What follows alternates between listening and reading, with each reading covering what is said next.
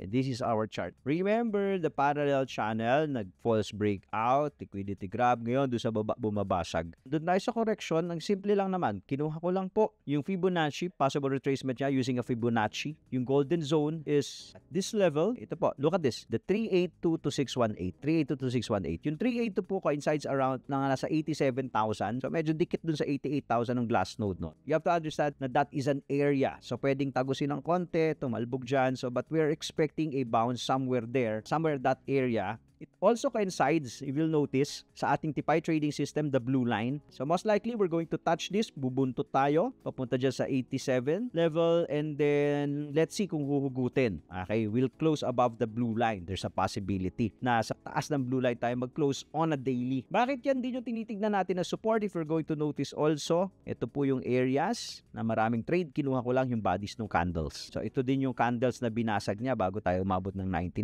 na itong area po na to. So yung lalim naman yan, yun ang kinuha natin. It coincides sa ating 382. Dito, aabot pa ba yan dito sa 618? Yung 618 po, nasa 79, 80K area. That's a probability. But in a euphoric market, usually, dips are shallower and shorter. Meaning to say, pag yan po ay umabot dyan sa 618 area, maybe, just maybe, medyo mahina yung market. It's about to end pag umabot tayo dito. So, you don't want that to happen pag umabot ka dyan sa 80. So, ibig sabihin po, pag umabot ka dyan, so be careful because you could see a double top. Pag umabot dyan sa 80, ganito po yung possible retracement yan, ha? Bumaba ka dyan, ayan po yung 80. You do a V recovery and then you do a double top here. Or pag akyat niyan, higher low, gaganyan na yan. Tapos pababa na tayo. So, you don't want to see Bitcoin touching this area. Mas maganda nga talaga to, talbog lang dyan sa 618, andyan sa mga 88, and then we do another higher high, probably breaking 100K. So, that will determine for me, as a market technician, that will determine if we're going to break 100K or not.